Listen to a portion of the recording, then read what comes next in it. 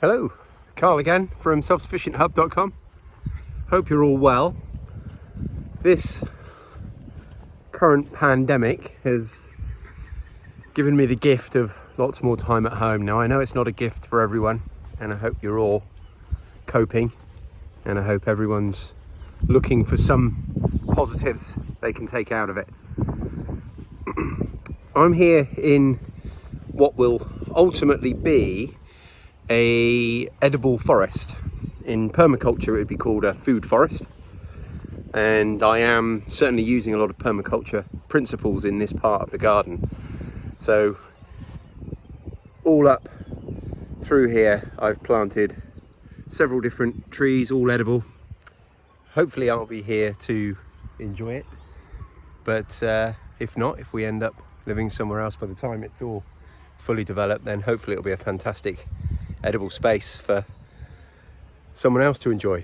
Now over here we've got an almond tree. Now I bought this last year and put it in, and was rather rushed when I did so. Same with all these trees, all this planting here. So I did the best I could at the time, put this bit of protection up around it to protect the shoots from rabbits and deer that we do get here. And now what I'm going to do is I'm going to take this away and I'm going to build a more permanent protective structure for the tree. I'm going to show you how to do that, and we're going to do it spending almost no money, which is always my MO. So the first thing we're going to do is just take away this cage and these two bamboo canes, and then put our new one in place. The first thing I'm going to do is get rid of this grass growth around the base. Now when I planted this, I would have put some wood chip mulch down, which would suppress it a bit. So hopefully what we're going to see is that it's actually quite easy to pull back. Let's have a look.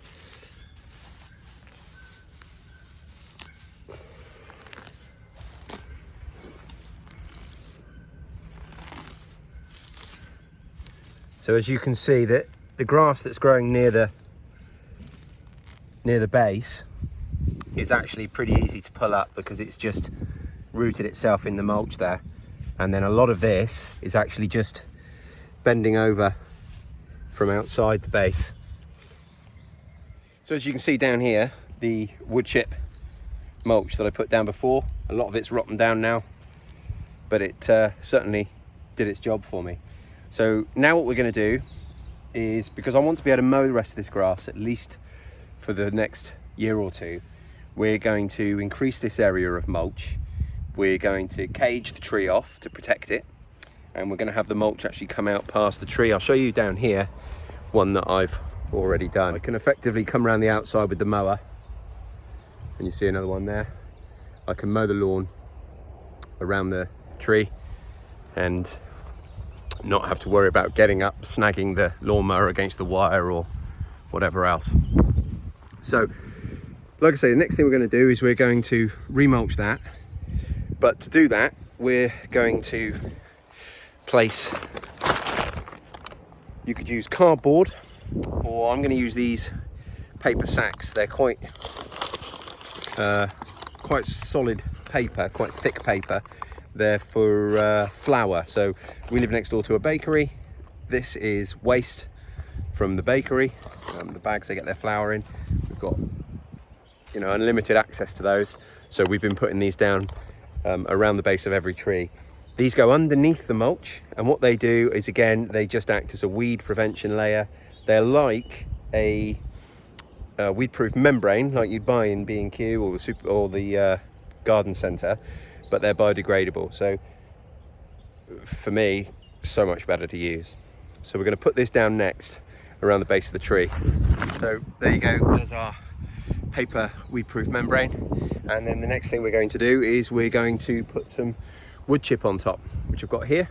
And as you can see, this is just any old branches that have gone through a wood chipper. Now, I get this from whenever I see the utilities companies cutting down around the wires that run along our road or anywhere within 3 or 4 miles. I stop them and say, have you got somewhere to tip that? that's very local, and quite often they say no.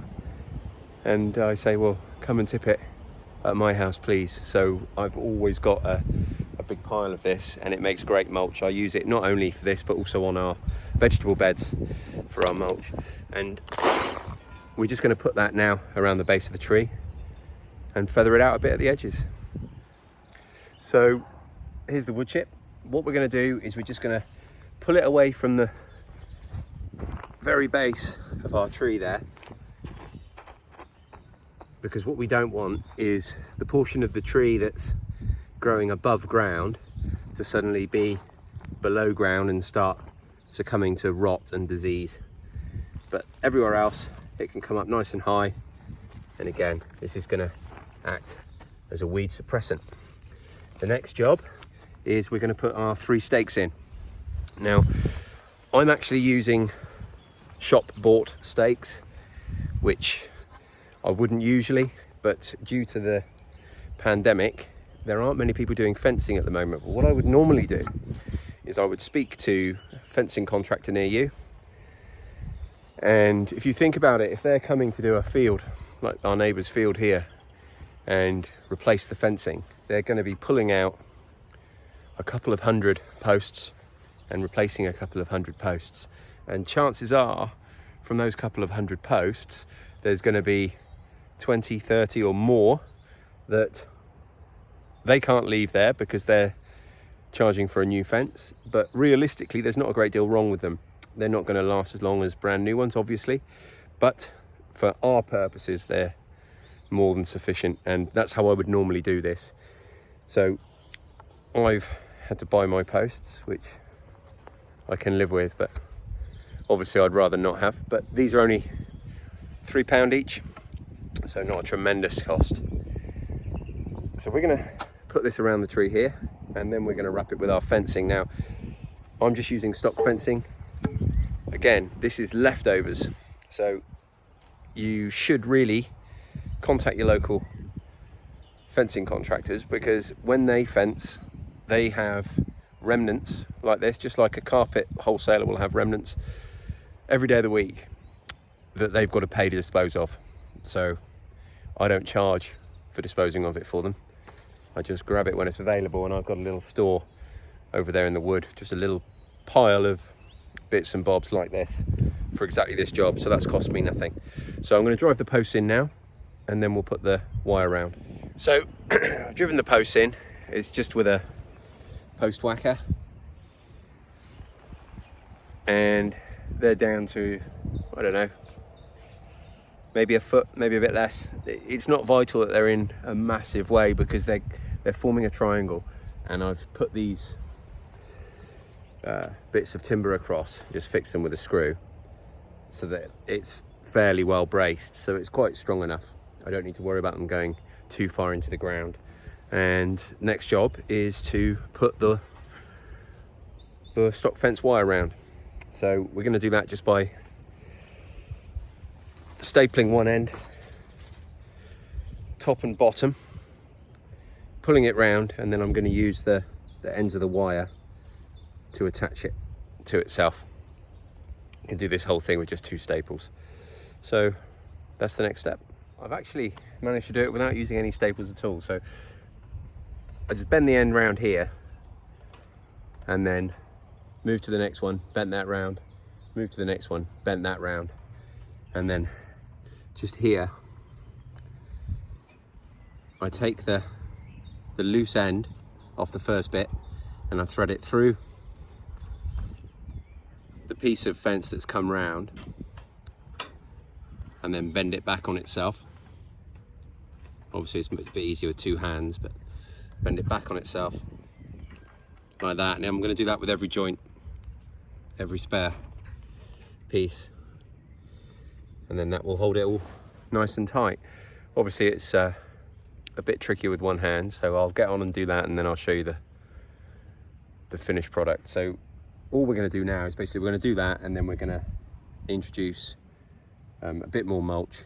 We're going to bring it right out to the edge, and actually in a circle just around the tree guard again, so that allows me to mow. When I'm when I'm bending the wires in, I make a point of making sure that they're bent in away from the outside, just so that kids and dogs and what have you don't get snagged on them. They can be quite vicious if you're not expecting it. So there it is, the finished thing. It's a free or nearly free tree guard. So just to run through the materials again, the mulch, obviously completely free. Source that from utilities companies or people that have to clear the sides of roads. The paper, the weed-proof membrane underneath, you can use anything really. You can use newspaper, you can use cardboard. Cardboard I think is a bit better than newspaper. Newspaper breaks down just too quickly, but these plastic paper sacks are perfect. The timber, so though I had to pay for these timbers, readily available if you don't mind using the second-hand ones from a fencing contractor. The same applies for the mesh. That's even easier to get hold of from the same source. So literally the only thing here you could expect to have to pay for would be the 6 screws. So there you go. And that's it.